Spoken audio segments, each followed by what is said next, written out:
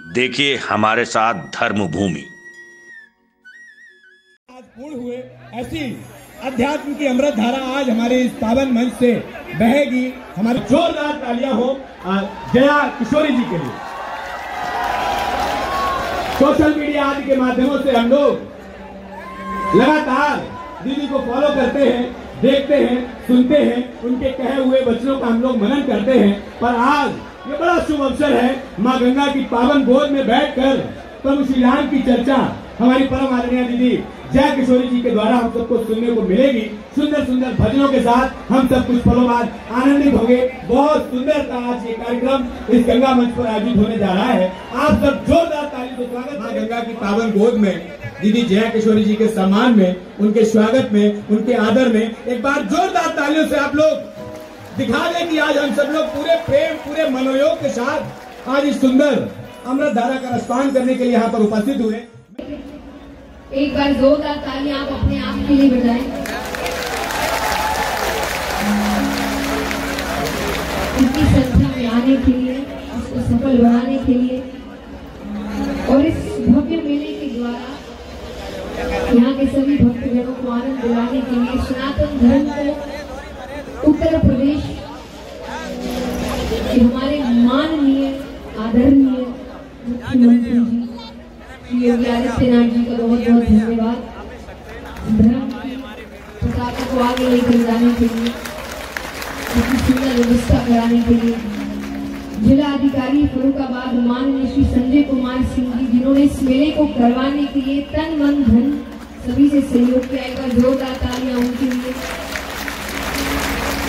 Police अधीक्षक फतेहगढ़ आदरणीय श्री कुमार मीना जी, अपर जिलाधिकारी आदरणीय श्री सुभाष चंद्र प्रजापति जी, नगर मजिस्ट्रेट सचिव मेला श्री राम नगरिया श्रीमती दीपाली भार्गव जी, मेला व्यवस्थापक श्री संदीप दीक्षित जी, राम नगरिया के समस्त भक्तगण, श्रोतागण और मेला कमेटी के प्रत्यक्ष अप्रत्यक्ष रूप से जितने भी व्यक्ति हैं जो इसमें सहयोग दे रहे हैं, उन सभी के लिए एक बार जोरदार तालियां। प्रश्न तो ये है कि क्या आपको पक्का पता है कि बुढ़ापा आएगा? किसी को पता है यहाँ पर? मैं हमेशा कहती हूँ कि अगर जीवन पर विश्वास किसी से सीखना है तो मनुष्यों से सीखो। जिसको अगले पल का पता नहीं है पर रिचार्ज 30 दिन का कराता है। जैसा कहा जाता है ना, संस्कार बचपन में दिए जाते हैं, तो अध्यात्म भी बचपन से सिखाया जाता है। ये बड़े होने के बाद नहीं सिखाया जाता। यहाँ कितने माँ बाप भी बैठे होंगे जो ये कहते हैं कई बार कि भाई सिखाएंगे ना, बस थोड़े समझदार हो जाए बच्चे फिर समझाएंगे। तो एक बात याद रखिएगा, क्योंकि मैं एक युवा हूँ, ये मैं अपने अनुभव से बता रही हूँ कि आप सोचते हैं कि बच्चे जब समझदार हो जाए तब समझाएंगे, तो तब जब बच्चे समझदार हो जाते हैं तो इतने समझदार हो जाते हैं कि आपको समझदार नहीं समझते। अगर आपको किसी ऐसे से सीख लेनी है जिसने नियम तोड़े हैं, आप कृष्ण के पास जाइए, उन्होंने सारे नियम तोड़े हैं। लेकिन जब आप श्री राम के प्रसंग को सुनते हैं तो ये ध्यान में रखकर सुनिए कि वो मर्यादित काम करते हैं। और जो व्यक्ति मर्यादा में रहकर काम करता है उसके जीवन में कठिनाइयां ना आए, ऐसा हो नहीं सकता। कोई एक चीज ना मिले, हमें कितनी दिक्कत हो जाती है। ये स्ट्रेस, एंजाइटी, पैनिक, डिप्रेशन, ये सब क्या है? जब हमें जो चाहिए वो परिस्थिति नहीं मिलती, या वो व्यक्ति नहीं मिलता, वो चीज नहीं मिलती, तो हम ऐसी चीजों का सामना करते हैं। या तो हम शारीरिक तौर से अपने आप को संभाल नहीं पाते और मानसिक तौर से नहीं संभाल पाते। ये जिंदगी कोई एक चीज, छोटी चीज, जिंदगी बहुत बड़ी है। सिर्फ काम ही जिंदगी नहीं, सिर्फ रिश्ता ही जिंदगी नहीं, जिंदगी बहुत बड़ी है। यहाँ पर श्री राम को पूरा राज्य मिलने वाला है। क्या मिलने वाला है? पूरा राज्य, राजा बनने वाले हैं। एक रात पहले, सिर्फ एक रात पहले जो मिलने वाला था वो तो नहीं मिला, जो था वो भी छिन गया।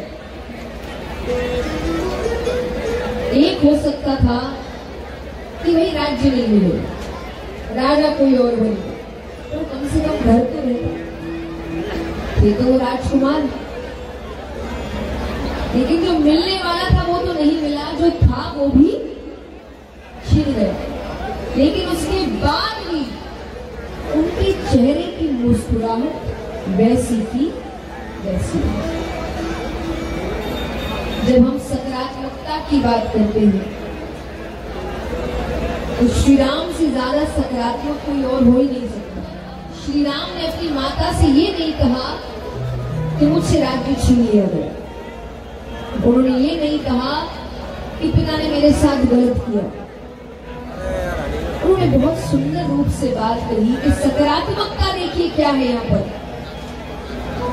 श्री राम अपनी माता से जाकर कहते हैं कि पिता दीन मोहि दानव राज्य, यानी ये राज्य क्या उन्होंने वन का राज्य दिया है और वहां का राजा बनने जा रहा हूं।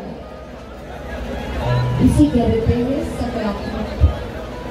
कितनी सुंदर बात कही गई है कि मनुष्य कैसा है कि अगर उसके पास लाखों की चीज है और उसे 2 कौड़ी की लगती है, क्योंकि है ना, मिल गई ना, अब उसका महत्व खत्म हो गया।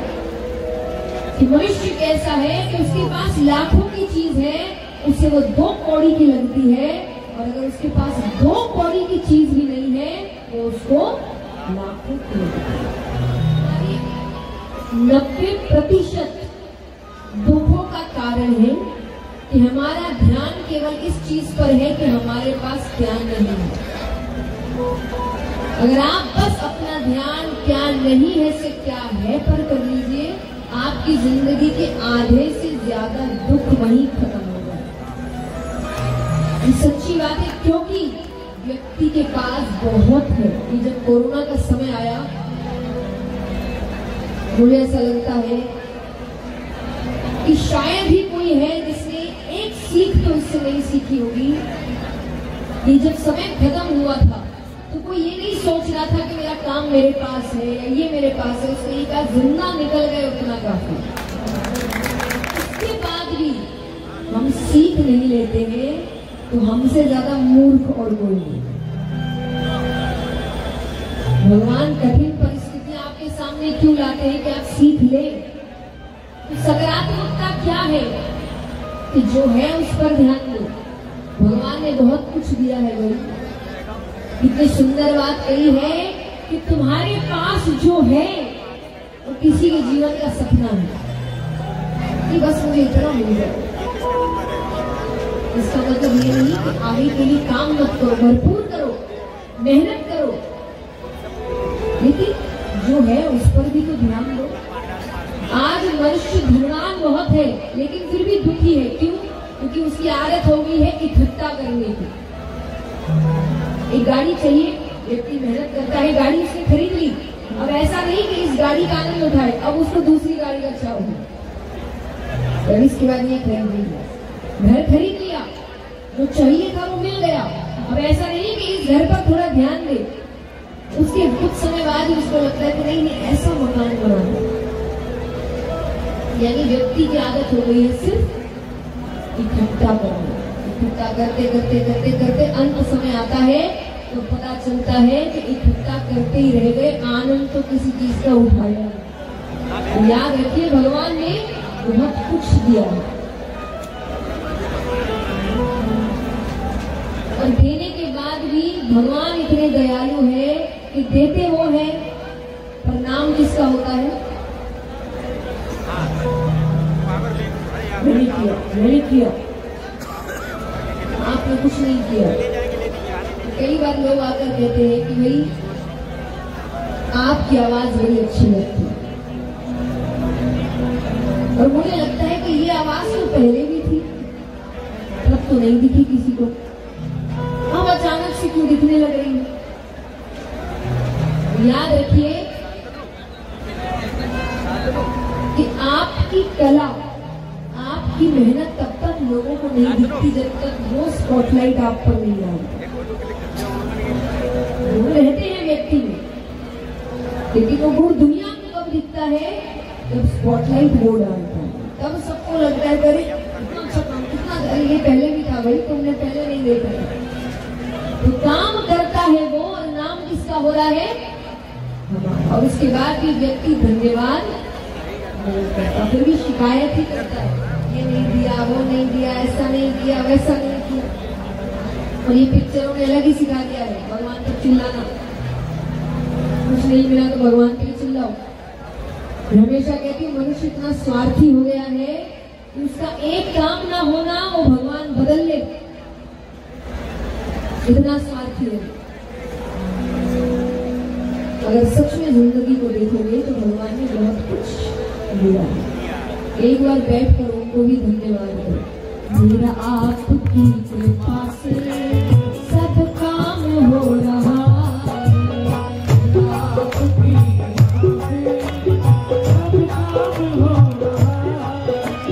मेरा आपकी कृपा से सब काम हो रहा, मेरा आपकी कृपा से सब काम हो रहा।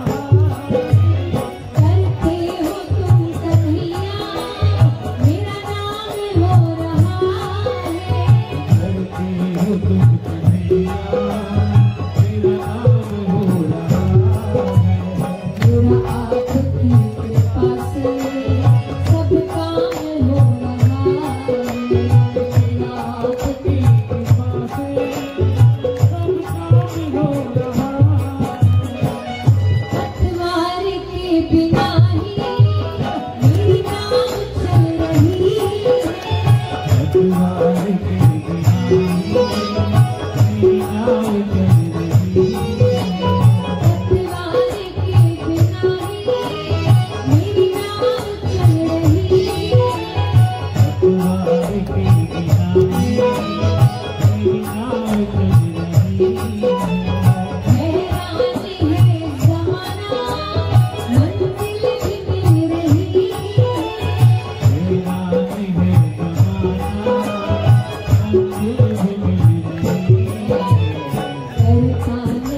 कुछ भी, करता नहीं मैं कुछ भी, सब काम हो रहा है, करता नहीं मैं कुछ भी, सब काम हो रहा है।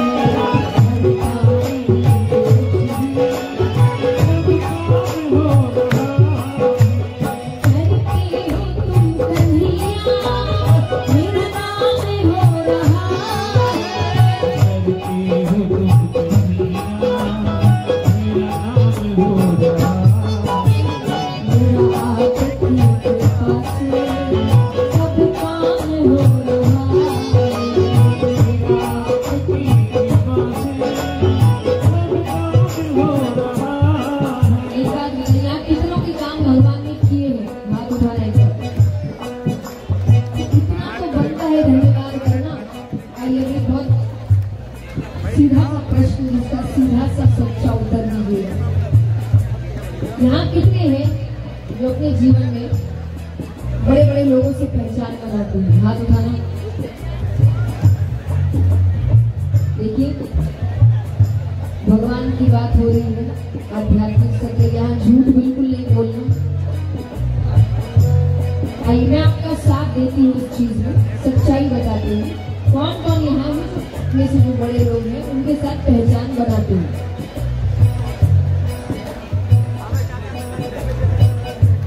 अब मुझे बताइए क्यों बनाते हैं, कारण क्या है, क्यों बनाते हो पहचान?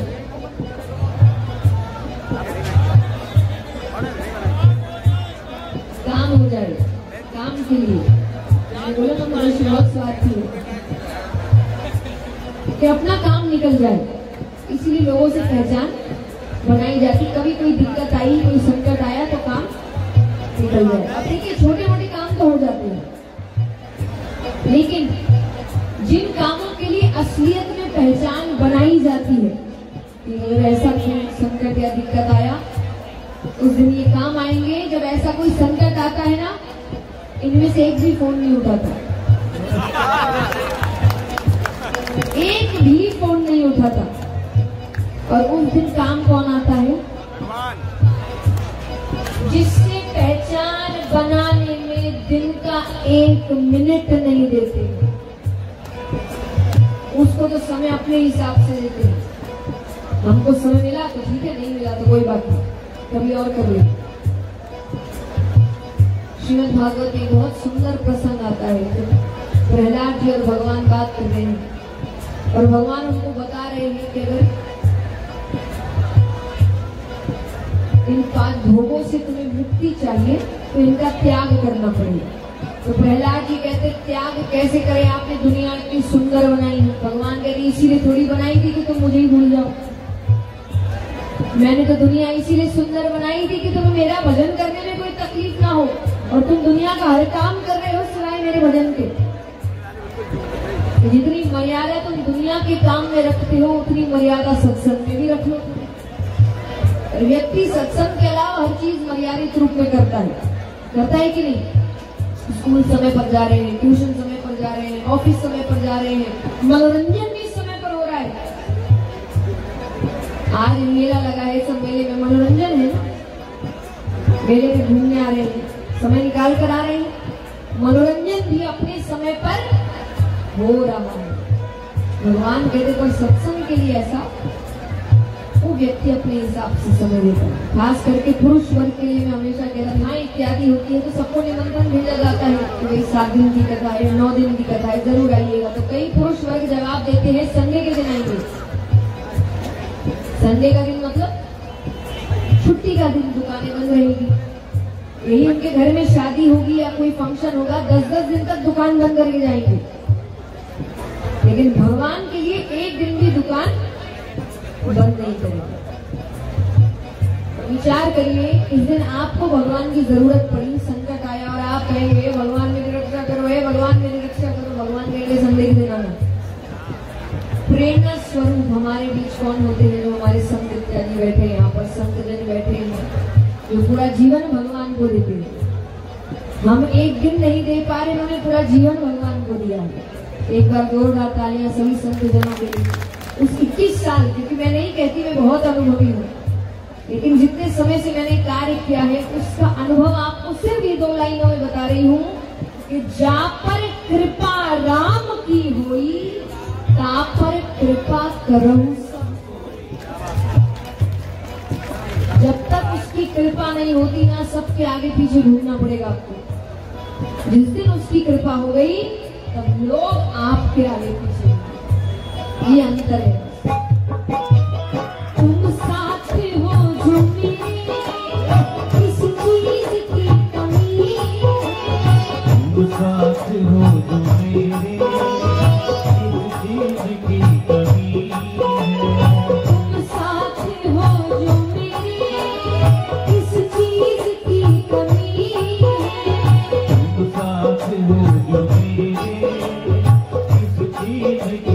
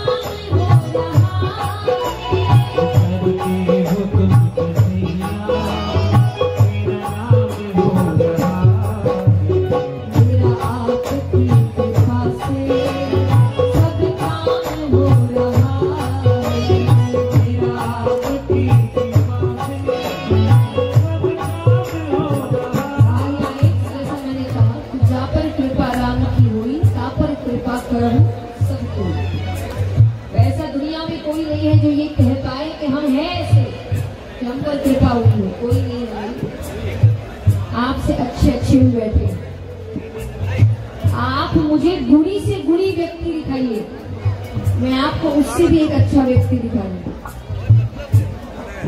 हर व्यक्ति से बेहतर एक और व्यक्ति। पूर्ण रूप से तो कोई ये नहीं बोल सकता कि हम हैं इतने काबिल, कि आपसे भी काबिल बैठे। इसलिए भक्त कहता है मैं तो नहीं हूँ काबिल